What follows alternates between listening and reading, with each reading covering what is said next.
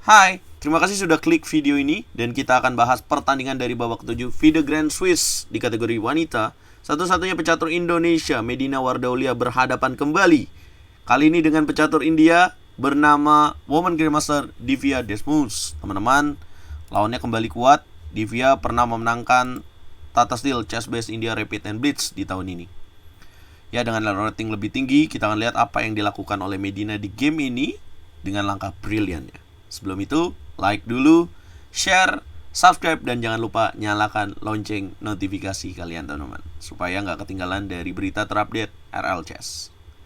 Teman-teman, Divya memulai dengan langkah D4, dijawab Medina D5, kemudian putih mainkan Queen Gambit.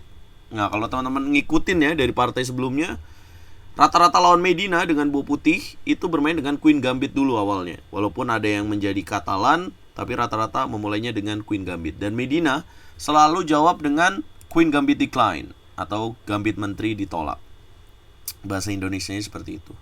Putih kuda C3 dan Medina mainkan langkah C5. Divya kemudian memukul pion D5. Hitam memukul balik dengan pion.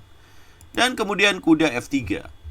Tapi kenapa sebenarnya putih cepat sekali ya memukul pion petak D5? Karena putih ingin menjadikan pion D5 ini target nih teman-teman, yaitu jadi isolated pawn, pion terisolasi, atau bahasa yang sering disebut oleh para pecatur profesional, pion gantung. Ya, pion di petak D5 bakal jadi incaran. Bagaimana Medina merespon itu? Medina mainkan langkah kuda F6. Kemudian Divya gajah ke petak G5, menekan kuda F6 yang menjaga pion D5. Kita mainkan gajah 6 dan Divya menteri ke petak A4. Kalian bisa lihat ya, dari segi waktu. Udah 7 langkah tapi waktunya Divya malah 1 jam 33 menit. Yang artinya nih cepet banget di fase opening ini. Apakah ini udah persiapan matang dari Divya karena tahu Medina main Queen Gambit Decline? Bisa jadi. Dan Medina menjawab dengan langkah kuda C6, kemudian Divya E3. Medina gajah E7 dan kemudian Divya mainkan langkah gajah B5 menekan kuda C6. Hitam menteri ke petak B6. Kemudian Divya lanjutkan dengan rokade pendek. Hitam juga lakukan dengan rokade pendek. Dan putih gajah pukul kuda. Langkah ke-11. Ya, apa tujuan dari Divya menukar gajah dengan kuda di petak C6 ini?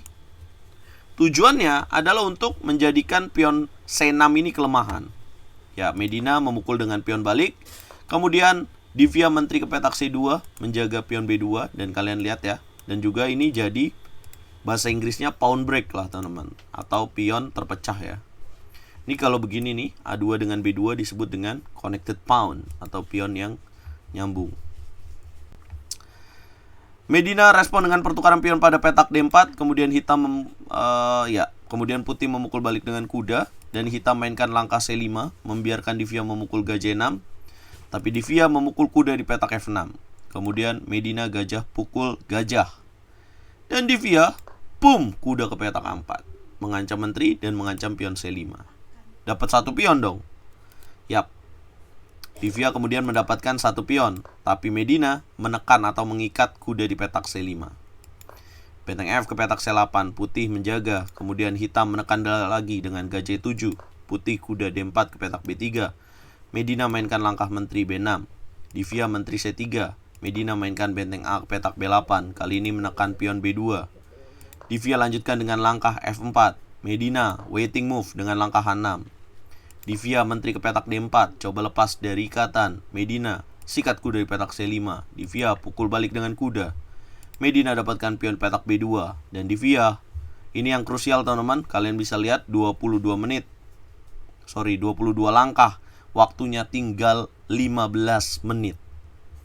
Kalian bisa lihat Medina tinggal 1 jam 9 menit 23 detik. Jauh banget, Gils. Dan karena manage waktu yang kurang bagus dari Divya dan waktunya kritis, dia mainkan langkah blunder dengan menteri D3 di langkah berikutnya, langkah ke-23. Nah, Medina tidak manfaatkan ini dan sepertinya Medina melakukan kalkulasi dengan cepat dan melakukan kesalahan karena Medina tidak mengambil peluang, yaitu dengan jalan benteng pukul gajah, benteng pukul kuda C5. Boom. Ya, mungkin Medina melihat ada ancaman dengan benteng ke petak B1, ya, tapi sebenarnya ada juga jalan benteng ke petak C2. Membiarkan benteng makan menteri, tapi dengan setup seperti ini, Medina punya 2 benteng yang menggaris mengancam petak G2. Nah, let's say putih mainkan langkah menteri ke petak F1 menjaga pion G2. Maka hitam akan lanjutkan dengan gajah F5 dan gajah E4. Nah, tapi ini banyak faktor ya yang bisa mempengaruhi seorang pemain tidak melihat langkah kemenangan di posisi unggul waktu seperti ini. Kalau kalian lihat setelah benteng B6, Medina kalkulasi hanya 3 menit dan dia cepat memutuskan benteng B6. Ya, Medina melihat langkah lain yaitu dengan ide benteng ke petak C6 dan juga ada langkah brilian di sini. Ya, mungkin ide Medina adalah untuk mainkan langkah gajah ke petak H3 dan benteng ke petak G6. Walaupun belum bisa ada benteng ke petak C2, tapi ini ide yang sangat brilian. Putih lanjutkan dengan menteri ke petak D1, Medina benteng B ke petak C6 mengancam ikatan pada benteng C1, putih kuda D3 dan Medina mainkan langkah menteri ke petak A3. Kemudian putih benteng pukul benteng, Medina benteng pukul benteng, 55 menit lawan 1 menit 24 detik. Divya mainkan langkah benteng B1, Medina mengikat benteng dengan gajah F5, Divya mainkan langkah benteng B3, Medina menteri ke petak A5, putih kuda B4, hitam benteng D6. Ditungguin aja nih. Kemudian putih menteri D4 dan Medina gajah E4, penempatan gajah yang sangat kuat. Divya H3, kemudian hitam benteng G6, putih benteng B2, hitam menteri C7 dengan tujuan menteri ke petak C1. Divya kemudian raja H2, Medina menteri C4, ya pemaksaan pertukaran menteri karena jika menolak putih kemudian menolak ya dengan jalankan F5. Let's say di sini putih mainkan langkah menteri ke petak A7, teman-teman. Apa yang akan dilakukan oleh hitam? Maka hitam akan mainkan langkah menteri ke petak F1, ancaman skakmat. Nah, let's say putih di sini mainkan langkah menteri D1. Ini ada langkah brilian, yaitu hitam bisa memukul kuda di petak B4. Sacrifice queen untuk dapatkan setup benteng G2, raja ke petak A1 dan benteng D2 skak, benteng E4 dan benteng D1. Putih akan kalah karena kehilangan benteng. Ya, dalam gamenya F5 memang langkah penyelamatan yang harus dilakukan oleh pemain putih dan Medina mainkan langkah benteng F6. Kemudian putih menteri A7, Medina mainkan langkah benteng F5, putih menteri B8, Medina raja H7, putih menteri G3, benteng menteri ke petak C3 mengancam benteng. Kemudian putih benteng B3, Medina menteri F6, putih lanjutkan dengan benteng A3 dan benteng G5. Boom, Medina menang. Ya udah hopeless ya buat hitamnya karena ya setelah menteri F6 ini gimana benteng yang bisa ke petak B2 ada menteri. Kemudian kemana lagi jalannya, menteri ke petak E1 let's say ya. Maka Medina dapat mainkan langkah benteng ke petak F2. Ini juga susah. Dan itulah yang terjadi. Dan kemenangan menjadi milik Medina. Artinya Medina selalu menang melawan pecatur India. Apa komentar kalian ya? Aku mau bilang sih ini hal yang sangat hebat dilakukan oleh Medina. Rata semua pemain India. Dari yang Tania Sajev, Vantika Agrawal, tim inti dari Asian Games, dan Divya Desmus. Ini yang digadang-gadang sebagai the next masa depan catur India di kategori wanita. Tinggal bagaimana Medina mungkin ketemu catur India lainnya, Harika Dronavali atau Faisali Ramesh Babu yang sekarang memimpin klasemen. Kita doakan Medina terus memetik hasil positif teman-teman di ajang FIDE Grand Swiss karena dia satu-satunya pecatur Indonesia yang berjuang di ajang ini. Berikan komentar kalian yang terbaik. Jangan lupa bantu video ini berkembang teman-teman biar RL Chess terus bisa kontribusi untuk dunia percaturan Indonesia.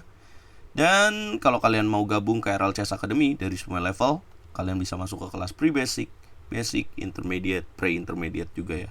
Dan juga di kelas master. Jangan lupa hubungi di kontak yang ada di detail. Catur Yes Indonesia, jaya bosku. Kita nonton lanjutan babaknya nanti malam jam berapa ya? 21.30 teman-teman. Coba kita lihat. Yap, jam 21.30 waktu Indonesia Barat.